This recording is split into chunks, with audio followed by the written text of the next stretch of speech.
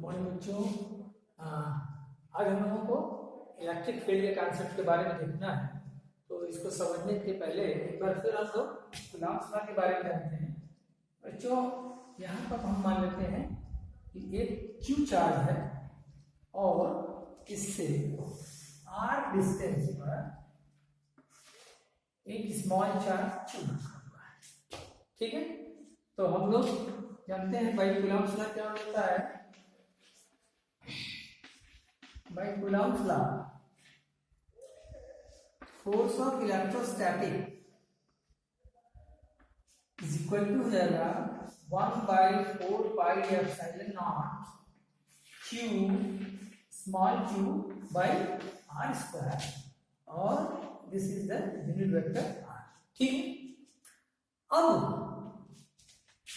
हम ये चाह रहे हैं बच्चों कि यदि if this q becomes 1 coulomb, ठीक है, तो what happens then? It becomes Fe is equal to 1/4πε0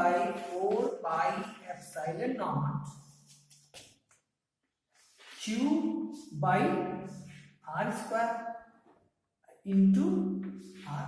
क्यों? क्योंकि हमने इस स्मॉल q की जगह क्या कर दिया, 1 कूलम्ब कर दिया। इस स्मॉल q की जगह क्या कर दिया, 1 कूलम्ब कर दिया। अच्छा, अगर हम इसकी बात करें कि कैसे ये क्वांटिटी जो आई है यहां से कैसे आई है, तो एक तरीके से और भी इसको पैदा कर सकते हैं। जैसे हम कर सकते हैं कि यदि ये जो force capital Q not, capital Q इस स्मॉल q पर लगा रहा है, अगर इसको हम मान लेते हैं Fe, तो अगर इस Fe को स्मॉल q से डिवाइड कर दिया जाए, स्मॉल q से डिवाइड कर दिया जाए, इस q के द्वारा इस q चार्ज पर, स्मॉल q चार्ज पर जो फोर्स लगा था वो था Fe। तो हम जानना चाह रहे थे कि एक कूलम्ब पर फोर्स कितना लगेगा, तो क्योंकि q पर लग रहा था Fe, इसलिए एक कूलम्ब पर लगेगा Fe/q। ठीक है, इसी ये जो क्वांटिटी है हमारी Fe/q, इसी को हम लोगों ने एक नया नाम दिया which is denoted by E और कहा जाता है इलेक्ट्रिक फील्ड। क्या कहा जाता है, इलेक्ट्रिक फील्ड। ठीक है, तो इलेक्ट्रिक फील्ड को हम लोग इस तरह से डिफाइन करते हैं कि this electric field equal to होता है force on any charge at any point in the space of charge of another in the field of another charge and divided by q। ठीक है, और यहां पर लिमिट q टेंड्स टू 0। ठीक है, q tends to 0। अब थोड़ा सा मैं समझाना चाहता हूं कि यहां पर हमारा इलेक्ट्रिक फील्ड का कॉन्सेप्ट क्या है। बच्चों, ये है कि हम यह मान लेते हैं यह जो चार्ज q है, मान लीजिए यहां पर मौजूद नहीं है और यह चार्ज कैपिटल Q यहां पर इनिशियली प्रेजेंट है, तो इस चार्ज की वजह से इसके चारों ओर, इस चार्ज के चारों ओर एक फील्ड प्रोड्यूस होता है, फील्ड प्रोड्यूस होता है और उस फील्ड को हम क्या कहते हैं, इलेक्ट्रिक फील्ड। इसका मतलब क्या है कि वह एक ऐसा फील्ड है जिसमें कोई दूसरा चार्ज अगर आएगा तो इसके द्वारा वह इलेक्ट्रोस्टैटिक अट्रैक्शन या रिपल्सन का अनुभव करेगा। यह इस बात पर निर्भर करता है कि दोनों चार्ज लाइक हैं या तो इसीलिए जो इलेक्ट्रिक फील्ड है, ये जो हमने यहाँ इलेक्ट्रिक फील्ड की डिफिनेशन दी है, यह तो वास्तव में इलेक्ट्रिक फील्ड इंटेंसिटी कहा जाता है, लेकिन हमारी नॉर्मल भाषा में इसको क्या कहते हैं, इलेक्ट्रिक फील्ड ही लोग बोलते हैं। तो ये इलेक्ट्रिक फील्ड इंटेंसिटी क्या है, the electric field intensity of A point in the space due to a charge is defined as the force of attraction or repulsion acting on unit charge placed at that point।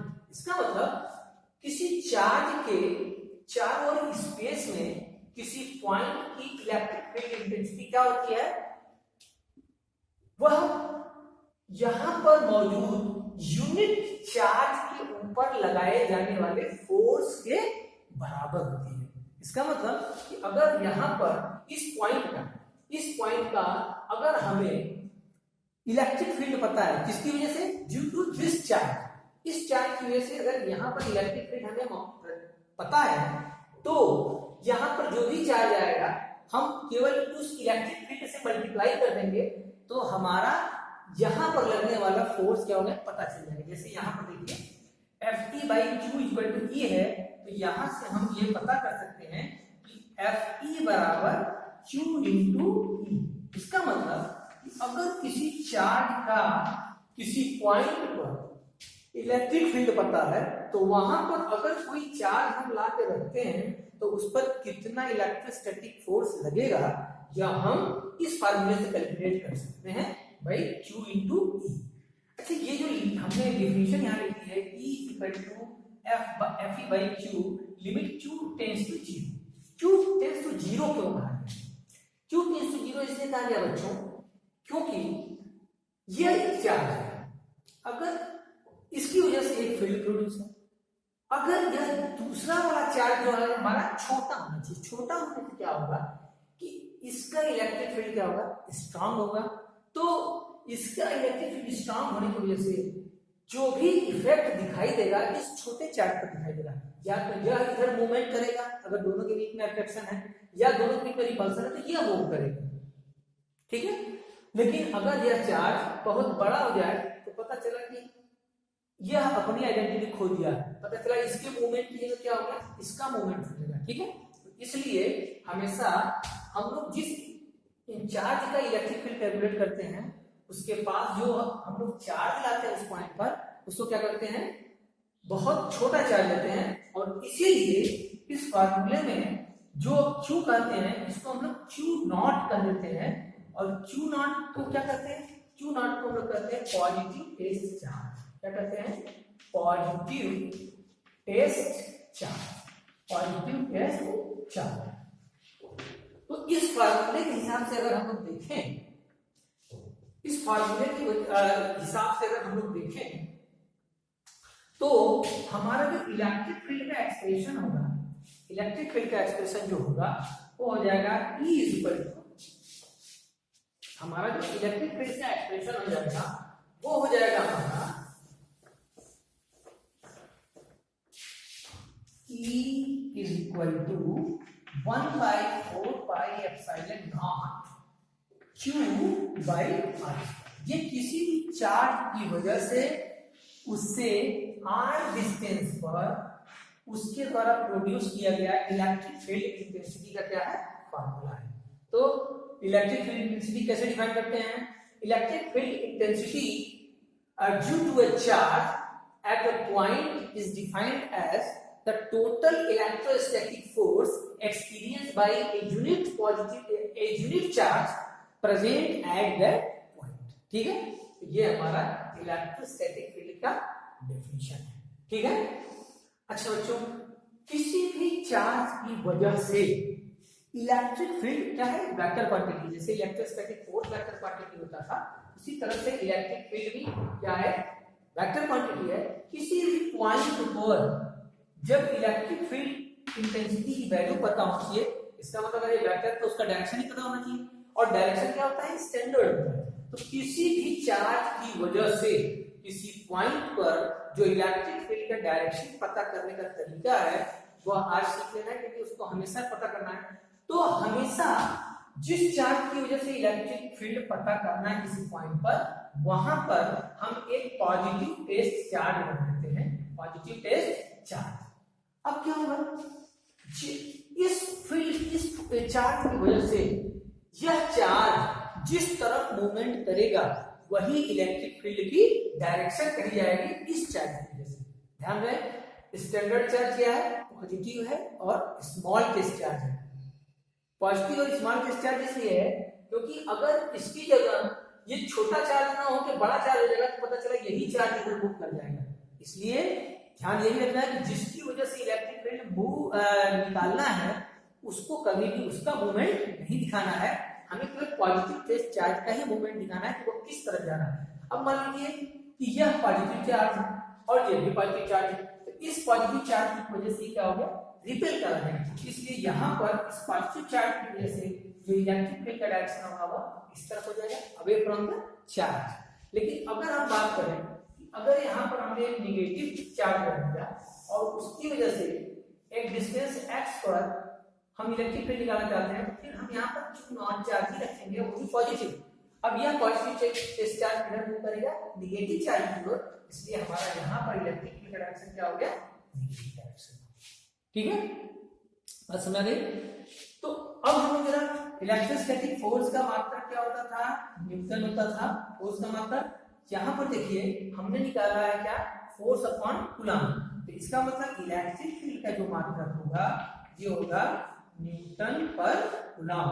What is the unit of electric field, it is the Newton पर coulomb. ठीक है, अब बच्चों हम लोग जैसे जैसे जिस तरह का एक्सप्रेशन हम लोगों ने इलेक्ट्रोस्टैटिक फोर्स के लिए लिखा था, उसी तरह का एक्सप्रेशन हम लोग अलग अलग चार्ज के इलेक्ट्रिक फील्ड के लिए भी लिखेंगे। तो सबसे पहले हम लोगों ने एक पॉइंट चार्ज की वजह से इलेक्ट्रिक फील्ड देख लिया, electric field due to a point charge, electric field due to a point charge. तो electric field due to point charge very simple, जैसा हम लोगों ने लिया था, नहीं तो आप ऐसे लीजिए कि मान लीजिए कि ओरिजिन है और ओरिजिन पर एक चार्ज Q रखा हुआ है, इससे r डिस्टेंस पर एक पॉइंट P है जहां पर हमको इस चार्ज को इसे इलेक्ट्रिक फील्ड निकालना है। तो this electric field is equal to क्या रहता है, हम यहाँ पर एक पॉजिटिव चार्ज रखेंगे Q0, तो यहाँ पर total force on Q0 due to Q, F is equal to हो जाएगा 1/4πε0 Q0 by r²। Now force on unit charge due to Q, this electric field is equal to होता है, आपको बताया था लिमिट Q0 टेंड्स टू 0 और F/Q0। यहाँ से हम लोग निकालेंगे, यहाँ से तो ये हमारा इलेक्ट्रिक फील्ड का एक्सप्रेशन आ जाएगा, इक्वल टू जाएगा हमारा 1/4πε0 और कैपिटल Q/r²। ठीक है, ओके। डायरेक्शन हमने आपको बता दिया, कैसे पता करेंगे, चार्ज डायरेक्शन पता रहेगा तो हमें डायरेक्शन भी पता चल जाएगा। अब हम लोग निकालना चाहते हैं electric field due to charge distribution. हम लोगों ने फोर्स भी देखा था, उसकी वजह से इसी को यहाँ देखते हैं, electric field due to charge distribution, ठीक है। इलेक्ट्रिक चार्ज डिस्ट्रीब्यूशन एक बार फिर हम लोग लेते हैं, पहला क्या हमारा linear charge distribution, linear charge distribution. अब लीनियर चार्ज डिस्ट्रीब्यूशन में क्या है, मान लीजिए हमारे पास एक इस तरह का बार है जिसकी लेंथ कुछ भी होगी, बस हमको क्या पता है, इसकी लीनियर चार्ज डेंसिटी पता है, क्या है इसकी लीनियर चार्ज डेंसिटी, लैम्डा। ठीक है, अब इससे परपेंडिकुलर r डिस्टेंस पर एक पॉइंट P है जहां पर हमको इसकी वजह से क्या निकालना है, इलेक्ट्रिक फील्ड निकालना है। तो इलेक्ट्रिक फील्ड निकालने के लिए यहाँ पर हम स्मॉल एलिमेंट लेंगे, कितना dl लेंगे, कितना लेंथ लेंगे dl। ठीक है, तो इस dl लेंथ की वजह से चार्ज आएगा, कितना आएगा dq, यह dq कितने के बराबर होगा, लैम्डा इनटू dl, ये हमारा dq होगा। ठीक है, नाउ तो small electric field due to small electric field due to dq at p, ये हो जाएगा हमारा d, that is equal to हो जाएगा 1/4πε0 dq, dq p क्या हो जाएगा लैम्डा इंटू dl और अपॉन r स्क्वायर। अब हमको अगर dl लेंथ की वजह से इलेक्ट्रिक फील्ड पता हो गया तो हम इसको पूरी लेंथ के अक्रॉस क्या कर देंगे, इंटीग्रेट कर देंगे। तो इंटीग्रेट कर दें हम तो क्या हो जाएगा, electric field due to whole charge distribution, due to whole charge distribution at E। तो क्या हो जाएगा हमारा, this E will become integration of 1/4 pi epsilon naught lambda dl upon r square। Total length हम लोग अगर उसको बीच में से लिए हैं तो माइनस L2 प्लस L कर सकते हैं, ठीक है। ये हो जाएगा हमारा electric field is equal to हो जाएगा 1/4 पाई एप्सिलॉन नॉट। उसकी लीनियर चार्ज डेंसिटी क्या है, कांस्टेंट है। इसका डिस्टेंस भी क्या है, कांस्टेंट है। इसमें क्या हो जाएगा, डीएल लेंथ तक क्या कर देंगे, इंटीग्रेट कर देंगे, ठीक है। टोटल लेंथ तक इस तरह से हमारा जो है क्या जाएगा, electric field due to a linear charge distribution, ठीक है। अब हम लोग देखेंगे electric field due to surface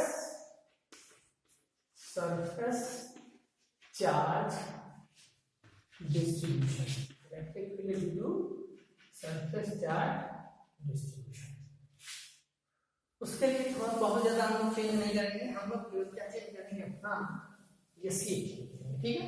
अब हम मान लेते हैं कि ये जो हमारा एक सरफेस है, ये रेगुलर सरफेस है, ठीक है, हमको नहीं पता। हम इस सरफेस की वजह से यहां से r डिस्टेंस पर किसी पॉइंट P पर हम इलेक्ट्रिक फील्ड निकालना चाहते हैं, जबकि इसकी सरफेस चार्ज डेंसिटी क्या दिया हुआ है, सिग्मा। सिग्मा क्या है, इसकी सरफेस चार्ज डेंसिटी। तो हम फिर वही काम करेंगे कि हम यहाँ पर एक छोटा सा सरफेस पहले लेंगे, इस छोटे सरफेस की वजह से यहाँ पर इलेक्ट्रिक फील्ड निकालेंगे और फिर पूरे सरफेस के लिए क्या कर देंगे, इंटीग्रेट करके यहाँ पर निकाल लेंगे। तो हम लोग यहाँ पर स्मॉल चार्ज डेंसिटी क्या निकालेंगे और इसको क्या लेते हैं, स्मॉल सरफेस एरिया ds। तो dq बराबर क्या हो जाएगा, सिग्मा इनटू ds हो जाएगा, ठीक। तो electric field at P due to element ds, इस ds एलिमेंट की वजह से वहां पे इलेक्ट्रिक फील्ड आएगा, वो हो जाएगा स्मॉल d और यह d बराबर हो जाएगा 1/4 पाई एप्सिलॉन नॉट। चार्ज क्या है इस स्मॉल सरफेस पर, dq है, तो dq बराबर कितना है, सिग्मा इनटू ds है और डिस्टेंस कितना है, r। अब जब हमको इस स्मॉल एलिमेंट के लिए मिलेगा तो हम पूरे सरफेस के लिए से क्या कर देंगे, इसको इंटीग्रेट कर देंगे। तो electric field due to whole surface at P, तो इस d को हम क्या कर देंगे, इंटीग्रेट कर देंगे। तो ये हमारा जो कांस्टेंट है वो बाहर आ जाएगा into sigma upon r square और इस ds को हम क्या कर देंगे, इंटीग्रेट कर देंगे। अगर ये सरफेस रेगुलर है तो इस सरफेस का मान हम निकाल सकते हैं, जैसे अगर स्क्वायर है ये साइड स्क्वायर हो जाएगा, ठीक है। और अगर नहीं पता है तो फिर हम लोग इस तरह से एक्सप्रेशन छोड़ सकते हैं, ठीक है। तीसरा जो हमारा एक्सप्रेशन है वो क्या है, वो है हमारा वॉल्यूम चार्ज डिस्ट्रीब्यूशन। किसकी वजह से, वॉल्यूम चार्ज डिस्ट्रीब्यूशन की वजह से, वॉल्यूम चार्ज डिस्ट्रीब्यूशन की वजह से। वॉल्यूम चार्ज डिस्ट्रीब्यूशन की वजह से हम लेंगे तो हमको इसकी जगह क्या लेना पड़ेगा, एक 3 डायमेंशनल कोई वो लेना पड़ेगा जिसका वॉल्यूम चार्ज डेंसिटी कितना है, सिग्मा रो है। वॉल्यूम चार्ज डेंसिटी कितना है, rho. If rho is the volume charge density of this 3 dimensional figure, और मान लीजिए इसके सेंटर से r डिस्टेंस पे कोई पॉइंट P है जिसकी वजह से हम लोग क्या निकालना चाहते हैं, जहां पर हम लोग इस पूरे सरफेस की वजह से इलेक्ट्रिक फील्ड निकालना चाहते हैं। तो सबसे पहले हम यहाँ पर एक छोटा सा वॉल्यूम एलिमेंट ले लेंगे जिसको हम लोग डिनोट करेंगे dv से, और इस dv की वजह से जब हम लोग वहां पर निकालेंगे तब क्या होगा, देखिए यहाँ भी काम करना है। स्मॉल वॉल्यूम स्मॉल चार्ज कितना हो जाएगा, रो इंटू डीवी हो जाएगा।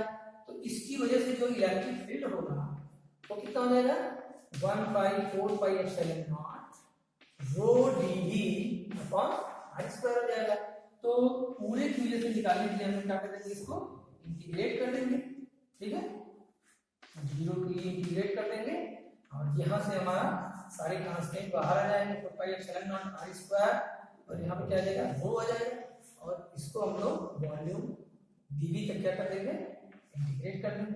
This is the expression for the electric field due to a volume charge distribution present at a distance r from its centre, ठीक है। अब बच्चों हम लोगों को देखना है, जिस तरह से हम लोगों ने वहां पर सुपरपोजिशन प्रिंसिपल देखा था फॉर इलेक्ट्रोस्टैटिक फोर्स, उसी तरह से हम लोग सुपरपोजिशन प्रिंसिपल इलेक्ट्रिक फील्ड के लिए भी देखेंगे, ठीक है। तो आइए देखते हैं, ये हमारा superposition principle principal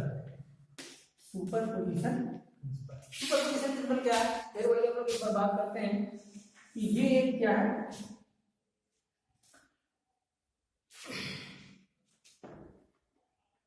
Cartesian system है और यहाँ पर ये ओरिजिन, ठीक है।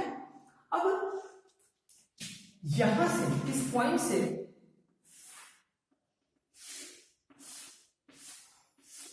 R1 R2 R3 डिस्टेंस पर Q1 Q2 Q3 Q4 dot dot dot Qn charge रखे हुए हैं और इनकी डिस्टेंस कितनी है, R1 R2 R3 R4 dot dot dot. हम निकालना चाहते हैं the electric field at point O due to a number of charges, ठीक है। तो जैसा सुपरपोजिशन प्रिंसिपल करता था इलेक्ट्रोस्टैटिक फोर्स के लिए, वही काम यहाँ पर होता है कि अगर कहीं स्पेस में number of charges are present, then the electric field due to all these charges at any point O is the vector product of electric field due to individual charges at that point। ये सारे पहले हम इनका individual electric field इस जगह पर निकाल लेंगे, उसका डायरेक्शन निकालेंगे और फिर उनका वेक्टर सम कर देंगे। तो इस पॉइंट पर इन सारे चार्ज के रिजल्टेंट की वजह से इलेक्ट्रिक फील्ड क्या हो जाएगा, आ जाएगा।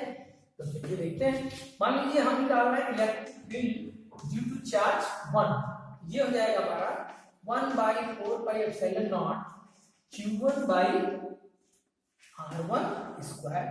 फिर E2 क्या हो जाएगा हमारा, E2 हो जाएगा 1/4πε0 Q2 R2 स्क्वायर, ठीक है। डॉट डॉट डॉट इसी तरह से हम लोग निकाल लेंगे, ये हो जाएगा हमारा 1/4πε0 Qn/Rn स्क्वायर। डायरेक्शन अपना सब कुछ पता है। अब हम निकालेंगे electric field at point O due to all charges. ये क्या हो जाएगा, sum of vector E1 plus vector E2 plus vector E3 plus dot dot dot vector E, ठीक है। अब क्या हो जाएगा, E at origin is equal to हो जाएगा, सब में से क्या काम हो रहा है, 1/4πε0, ठीक है। तो उसके बाद अंदर आ जाएगा Q1/R1 square plus Q2/R2 square. अच्छा, हम लोग वेक्टर भी लगा सकते हैं यहाँ पर, R1 R2 यूनिट वेक्टर, ठीक है, plus dot dot dot Qn/Rn square unit vector, ठीक है। इसको और भी फॉर्म में लिख सकते हैं हम लोग। यह इलेक्ट्रिक फील्ड जो है वह बराबर हो जाएगा 1/4πε0 summation Qi Ri unit vector divided by Ri का होल स्क्वायर। I बराबर 1 2 I बराबर, ठीक है, दिस इज द सुपरपोजिशन पर, ठीक है। Thank you.